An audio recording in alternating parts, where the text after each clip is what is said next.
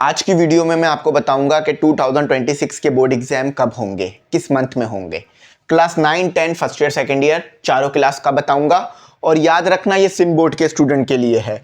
और एक और बड़ा मसला आ रहा है कि तैयारी नहीं है, तैयारी कैसे करनी है ये भी बताता हूं। और कंप्लीट सिलेबस कवर करना है या नहीं, रमज़ान आने वाले हैं, रमज़ान में क्या टाइम टेबल होगा, ज़रा बात ध्यान से सुन लेना। ये वीडियो देखते हो तो बहुत अच्छी वैल्यू मिलेगी, वैल्यू एडिशन हो जाएगी और आपको बात समझ में आएगी। ठीक है।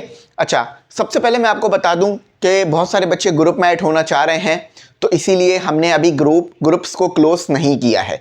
हम इस संडे को ग्रुप क्लोज कर रहे थे क्रैश, मगर अभी हमने इन ग्रुप्स को रोक लिया है। अब हम जो है वो नेक्स्ट संडे से क्लोज कर रहे हैं क्योंकि बहुत ज़्यादा मैसेजेस आ रहे हैं। क्या क्या मटेरियल मिलेगा ग्रुप में, बराबर में चल रहा है, देखते रहो। Class 9, 10 first year second year सबको मिलेगा मटेरियल। और ये नीचे भी लिखा हुआ है, ये तमाम मटेरियल भी मिल जाएगा, इसको पढ़ लो। 2000 रुपये इसकी फ़ीस चल रही है ग्रुप की पूरे साल के लिए। ठीक है, इसमें ऐड हो जाओ तो तमाम चीज़ें मिल जाएंगी, अच्छी तैयारी हो जाएगी। अच्छा, अब सबसे पहले बात कर लेते हैं कि बोर्ड एग्जाम की डेट्स कब हैं। ज़्यादा टाइम वेस्ट नहीं करते हैं। ऐड होने के लिए जो नंबर आ रहा है ना, उसी पे कांटेक्ट करना, उसी पे फीस पे करना और उसी पे ऐड करेंगे। ठीक है। अच्छा, अब देखो क्लास 9 और 10th के जो बोर्ड एग्जाम है ना, 9 और 10th के जो बोर्ड एग्जाम है ये अप्रैल में है। ठीक है, एक्सपेक्टेड है कि अप्रैल में ही होंगे। और 11 एंड 12 के जो बोर्ड एग्जाम है ये मई में है। अब बहुत सारे बच्चे ये सोच रहे हैं कि ये आगे बढ़ जाएंगे, यानी जून जुलाई की तरफ चले जाएंगे। ऐसा नहीं होगा। ठीक है, ऐसा नहीं होगा। आपको जो है वो पूरा साल मिला है एग्जाम की तैयारी करने के लिए। जून जुलाई में आपका वेकेशन होगा।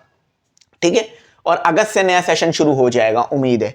तो आप लोग अप्रैल और मई का दिमाग बना के चलो कि इसमें आपके बोर्ड एग्जाम हैं 9, 10th के अप्रैल में और फर्स्ट ईयर सेकेंड ईयर के मई में। अच्छा, इसके अलावा मैं एक और वीडियो बना दूंगा जिसमें मैं आपको प्रिसाइज बता दूंगा कि pre engineering, pre medical, computer science, commerce इनके कब हैं। एक चीज़ याद रखना फर्स्ट ईयर सेकेंड ईयर वालों कि आप लोगों के जो एग्जाम है ना, pre engineering, pre medical, computer science, ये एक साथ हो रहे होते हैं, तो ये मई में होंगे। ठीक है। अच्छा, अब जरा एक बात करते हैं कि 80% मार्क्स कैसे आएंगे और कंप्लीट सिलेबस, इन दोनों को ना एक ही साथ बात कर लेते हैं इन दोनों पे। अब देखो, समझदार बच्चा वो है जो अब कंप्लीट सिलेबस कवर करने नहीं जाएगा। ठीक है, मैं फिर कह रहा हूं, आप बोलोगे सर ये क्या बात कर रहे हैं, बिल्कुल सही बात कर रहा हूं।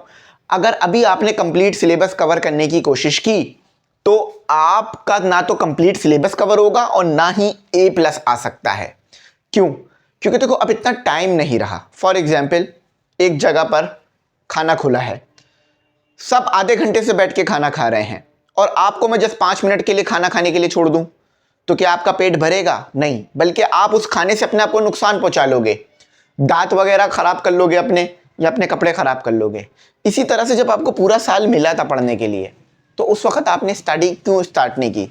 तो अब अगर उस वक्त आपने नहीं पढ़ा, चलो कोई मसला नहीं है, कोई प्रॉब्लम आ गई होगी, ठीक है, दिल नहीं कर रहा होगा या टीचर की बात समझ नहीं आ रही होगी, बहुत सारे मसले मसाइल होते हैं जिस पे हम कभी बात ही नहीं करते। तो इंशाल्लाह मैं कोशिश करूंगा इस पे भी बात करूं कि बच्चे पढ़ क्यों नहीं रहे आखिर, या पढ़ाई में इतना दिल लगता क्यों नहीं है।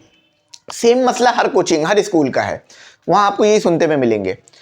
अब करना यह है कि जो रिड्यूस सिलेबस दिया, जो गैस पेपर दिए हैं ना, रिड्यूस सिलेबस कोई नहीं है ना, स्मार्ट सिलेबस है इस साल के लिए।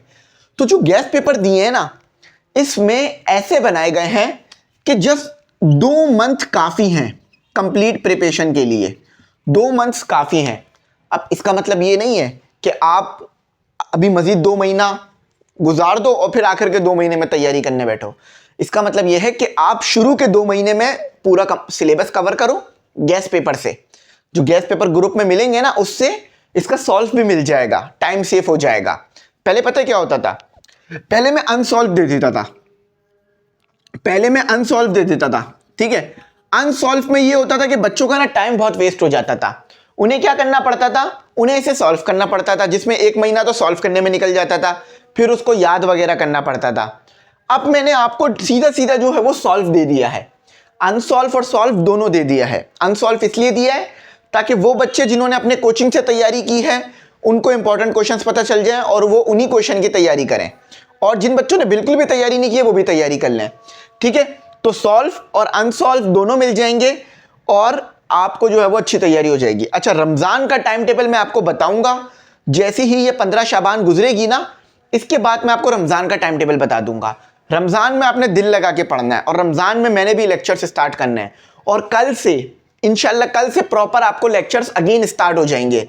जहां से क्लास 12 के लेक्चर छोड़े थे और जहां से मैंने एमडी कैट ई-कैट के लेक्चर छोड़े थे वहां से लेक्चर आना शुरू हो जाएंगे, ठीक है। अच्छा, एमई इंग्लिश सेंटर बायोलॉजी को फॉलो कर लेना, वहां पर आपको इंग्लिश के लेक्चर मिलेंगे, कंप्यूटर के लेक्चर, बायो के, केमिस्ट्री के लेक्चर। और एमई इंग्लिश सेंटर पे आपको मिलेंगे फिजिक्स के और मैथ के लेक्चर और फिजिक्स मैथ, ठीक है। तो कंप्लीट प्रिपरेशन हो जाएगी आपकी।